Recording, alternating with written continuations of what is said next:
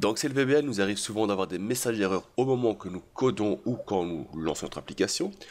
Dans cette partie de traitement d'erreurs, nous allons voir comment détecter et comprendre les erreurs qui s'affichent. Nous allons voir comment traiter ces erreurs et aussi comment contourner les erreurs. Allez, c'est parti!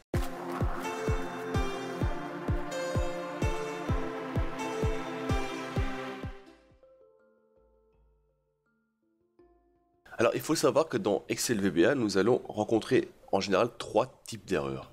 Le premier type d'erreur, c'est le type d'erreur de syntaxe. Et c'est quoi une erreur de type syntaxe? C'est simple, je vais vous montrer comment ça se passe. On va prendre le code ici. Voilà, et on va donc créer vite un petit sub erreur. Voilà. Et un code de syntaxe, une erreur de syntaxe, c'est quoi? C'est tout simplement quand on va commencer à créer un code, mais qui n'est pas complété sur la première ligne. Ça veut dire que si je fais range, par exemple, et je fais entrer, hop, on obtient donc une erreur. Et ceci, c'est une erreur de syntaxe. Ça veut dire qu'il y a une erreur sur la ligne de code qu'on est occupé en train de coder pour l'instant. C'est-à-dire si je ne complète pas mon code, il va me dire qu'il y a une erreur dedans. Là, si je le complète, il n'y a pas d'erreur. C'est la même chose si on veut créer une certaine condition. Par exemple, si if range A1, voilà, est plus grand que 100, et on fait entrer, il va mettre l'erreur dedans. Parce qu'il va dire le code n'est pas terminé. Il manque la syntaxe, donc 10 pour continuer. Donc là, notre code n'est pas complet. Ceci est donc une erreur de syntaxe, qui est donc limitée sur une seule ligne. Une autre type d'erreur qu'il y a, ce sont les erreurs de compilation.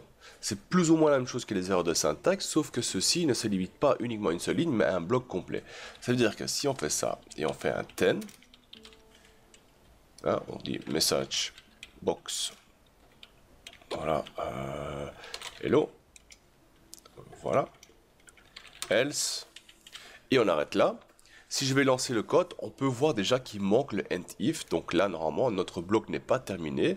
On va le lancer et on va avoir une erreur de compilation qui va se mettre. Ça veut dire que le bloc qu'on va créer, donc le bloc de code qu'on a créé, n'est pas terminé. Il manque une partie. Et là, on voit le bloc if sans end if n'est pas bon. Donc ça, il faut le corriger. Donc, contrairement à une erreur de syntaxe qui se fait sur une seule ligne, une erreur de compilation se fait sur un bloc complet. Donc le if doit toujours se terminer par un end if. Donc là, si on met le end if dedans et je lance, tout va fonctionner, il n'y a pas de souci. C'est la même chose si on fait une loop, donc si on fait for et on ne fait pas next, il va mettre la même erreur de compilation. Le troisième type d'erreur qu'on va avoir, c'est les types d'erreurs d'exécution qui sont aussi les plus difficiles à gérer. Car si nous n'avons pas vraiment un contrôle sur notre erreur, ce qui veut dire que si un utilisateur entre des données invalides, alors le système va donner une erreur. Donc il faut un peu savoir à l'avance quel type d'entrée ou de quel type d'erreur un utilisateur peut faire. Est-ce qu'on va essayer de contrer dans ce cas? Dans notre exemple ici, on peut voir par exemple dans la partie précédente, on a vu les fonctions de page et là dans les fonctions de page, on a donc les articles.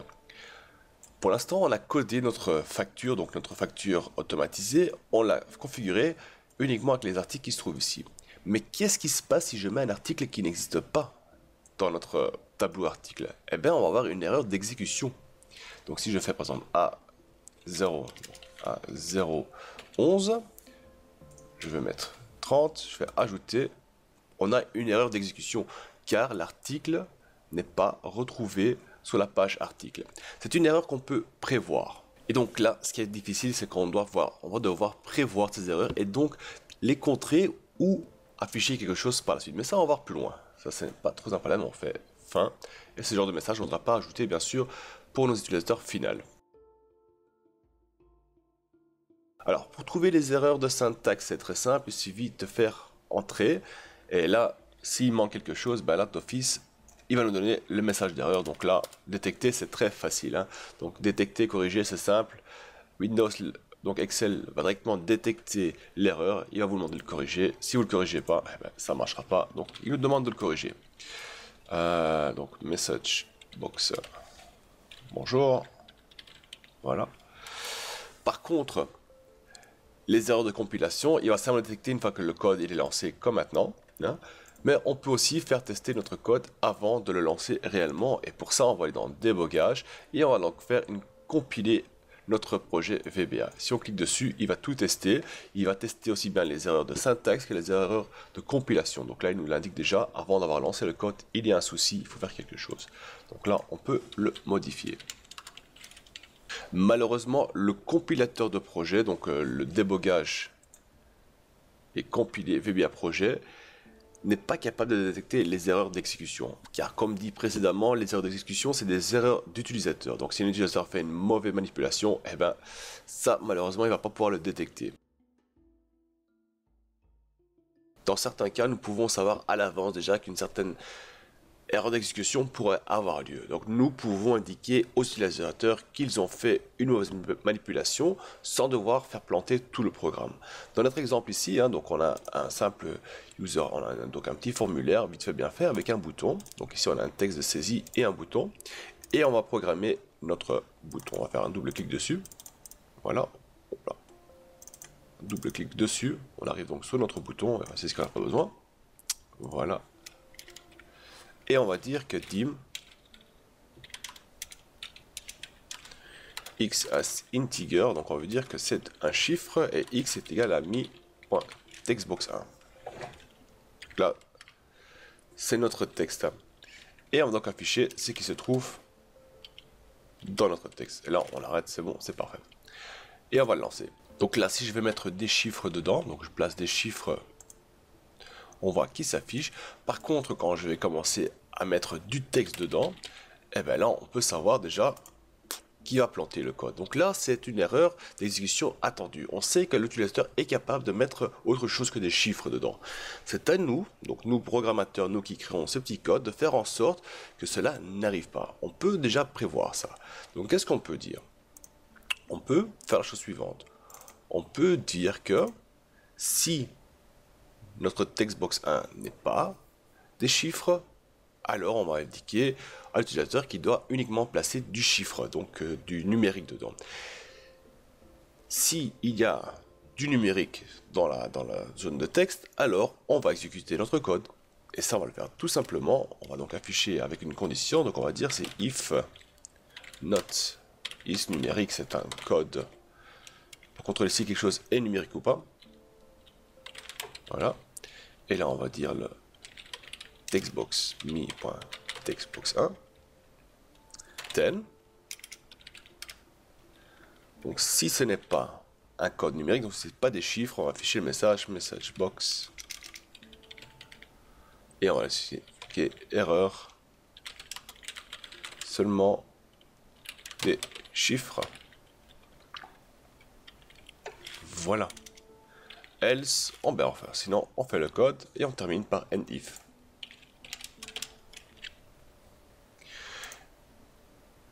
Et on va tester cela. Donc on va lancer, on va mettre du code, donc 1, 2, 3, 4, 5, on va essayer, il s'affiche, c'est parfait. On va mettre du texte dedans et il m'indique erreur seulement des chiffres.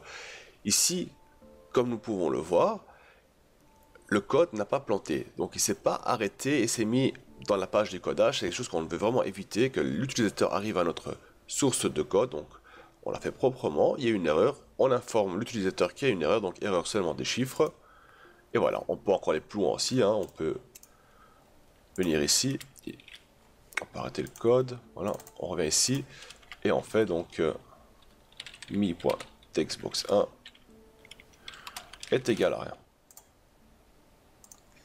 Et là, donc on essaye, donc 1, 2, 3, 4, 5, ok, c'est bon. On met du texte dedans, erreur seulement des chiffres, et on le vide. Alors pour le traitement d'erreurs inattendues, nous allons devoir utiliser les méthodes de traitement d'erreurs que VBA nous procure, qui commencent par onError. Une première méthode, c'est d'ignorer l'erreur et de continuer à la prochaine étape du code avec onError resume next. Donc ça veut dire qu'on va prendre notre exemple d'ici, on va aller en mode création, on va cliquer dessus, et on va placer en haut, donc on va marquer onError resume next. Voilà. Qu'est-ce que ça va faire ça? Ça veut dire que dès qu'il va trouver une erreur, il va passer à la prochaine ligne et il va continuer. Et on va voir ce que ça donne. Si je fais entrer maintenant, donc je fais ajouter, il a ajouté le nombre, il a ignoré l'erreur, donc il a regardé dedans, il n'a pas trouvé ce qu'il fallait. Donc qu'est-ce qu'il a fait? eh ben, il ne l'a pas indiqué, vu qu'on a dit s'il y a une erreur, tu l'évites l'erreur, tu passes à la prochaine ligne. On va un peu voir plus près au code ce qui s'est passé. Donc ici, on a cliqué sur le bouton ajouter un article qui n'existait pas. Donc il a été cherché, donc l'application ici, il a été cherché dans notre article, l'article numéro A111, il ne l'a pas trouvé. Donc il n'a pas pu le stocker. Donc il n'a pas pu le stocker dans la variable numéro d'article, description d'article, prix d'article. Donc ça, il n'a pas su le faire. Normalement, il y a un message d'erreur qui s'affiche, mais vu qu'on a dit en erreur résume next, il a passé à la prochaine étape. Et c'est ce qu'il a fait. Donc il a indiqué tout ça en vide. Tout ce qu'il a mis, c'est le nombre qui était indiqué là, parce que là, il n'y avait pas d'erreur pour, et c'est tout ce qu'il a fait. Par contre, maintenant, ce qu'on va faire, c'est faire en sorte que s'il y a une erreur, on ne va pas l'éviter l'erreur, on ne va pas la contourner et contourner les lignes. On va donc afficher à l'utilisateur qu'il y a un souci qui doit donc régler. On va donc afficher que l'article n'existe pas. Donc on va revenir en mode création, on va faire un double clic et on sait que si on met une erreur dedans, ben, l'erreur viendra d'ici, viendra donc de notre fonction de page ici. Donc là, on va indiquer juste au-dessus, hein, jusqu'au-dessus où ce qu'on pense que l'erreur pourra arriver. On va marquer donc on error. Go to, erreur, on va marquer, voilà. Et tout en bas de la page, donc ici, on va d'abord indiquer un exit sub, ça veut dire que là, c'est vraiment autre chose, ça n'a plus rien à voir dans notre code ici. Et on va donc indiquer les erreurs. On va faire erreur, double point vraiment important. Et là, on va indiquer le code qu'on va afficher à l'erreur. Donc on va dire qu'on va afficher d'abord un message box. Et le message box, on va faire quoi? On va l'indiquer donc. L'article n'est pas trouvé. Voilà. On ferme. Et nous allons donc essayer le code. Donc on va placer encore un article qui existe donc à 009. On va en mettre 10. Ajouter. On voit qu'il l'a ajouté. Il n'y a pas de problème. Tout fonctionne nickel. On va ajouter un article qui n'existe pas. Donc si on vient ici, on voit que ça va jusqu'à A10. On va mettre un article qui s'appelle 11. Et on va en mettre 50. On fait ajouter, l'article n'est pas trouvé. Donc là, on a travaillé avec des erreurs inattendues. Ça veut dire que ils peuvent placer un article qui n'est pas disponible ou qui n'existe pas. Donc là, on affiche donc le message, l'article n'est pas trouvé. Voilà, désormais, nous savons comment fonctionne le traitement d'erreurs dans Excel VBA. Il faut savoir qu'il y a 3 types d'erreurs. Donc il y a les types de syntaxe d'erreurs, d'erreurs type syntaxe, c'est les types d'erreurs de compilation et les types d'erreurs d'entrée. Exécution. Si vous avez des questions ou des remarques, surtout faites-le moi savoir dans les commentaires. Dans la prochaine partie, nous allons un peu travailler avec la boîte de dialogue ou autrement dit, le message box. Allez, je vous vois dans une prochaine partie. Salut tout le monde.